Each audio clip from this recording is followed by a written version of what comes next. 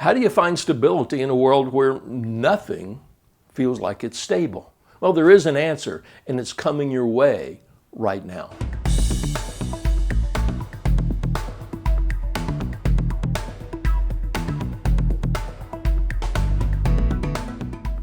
Hey, it's Randy Pennington, and I'm back to talk about how you find stability in the new next world in which we live. Don't forget to hit the subscribe button and ring that little bell to never miss new content when it's posted. Also, please leave us a comment, ask a question, or give us a like. We appreciate it when you do. I've shared a lot of ideas about the new next over the past few months, and as a review, a new next environment is one that's highly unpredictable and moves very fast.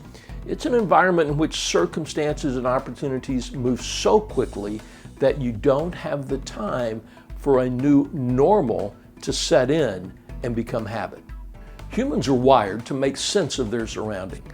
Our brain is constantly looking for patterns just to create a sense of order in what we see as chaos.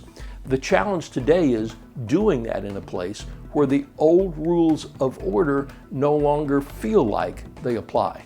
The POWs who survived the Bataan Death March and were later held as prisoners of war found themselves in a world where stability and a sense of order vanished almost overnight. The Japanese attack on the Philippines began the day after the bombing of Pearl Harbor in 1941. The U.S. and Filipino soldiers held out for 3 months before being forced to surrender due to starvation and disease. The Japanese army then proceeded to march them on a 65-mile journey where they were then shipped by rail to POW camps. And once in the camps, the prisoners did everything possible to establish a sense of routine and order. For instance, they laid out the camp with familiar names like Times Square and Broadway and Fifth Avenue.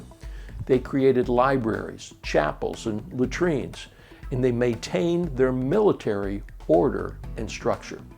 It was a jarring change in harsh conditions, but they were able to establish a sense of normalcy. For individuals and organizations today, constant change is the new stability. And here's the big if that follows that statement. Constant change is the new stability if it's in pursuit of advancing your vision, serving your customers, and increasing your ability to live your values. We know that the has-beens in every marketplace never change, and they will eventually become extinct, although some of them are a little like cockroaches that you just can't seem to kill. The wannabes, however, are always changing, but they're basically following the next BSO, the bright, shiny object that catches their attention. Well, the heroes in every marketplace are constantly changing too. The difference is that they're focused and intentional in pursuit of their vision and living their values. They adapt, anticipate, ignore, or pursue change based on its usefulness to help them flourish in that face of uncertainty and upheaval. Success today is about staying relevant in a world where everything moves quicker. You can blame technology, globalization, government regulation, global pandemics, or really anything else you want. It doesn't really change the fact that the status quo is the kiss of death for every person, every organization, and every marketplace. And that is where constant change becomes the new stability. We want a sense of order that includes very little change, but stability isn't about not having change. It's about the ability to maintain your balance and equilibrium when everything else is moving.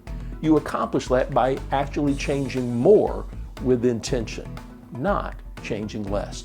So here's the first thing you have to do. Learn to love constant learning, growing, and adapting.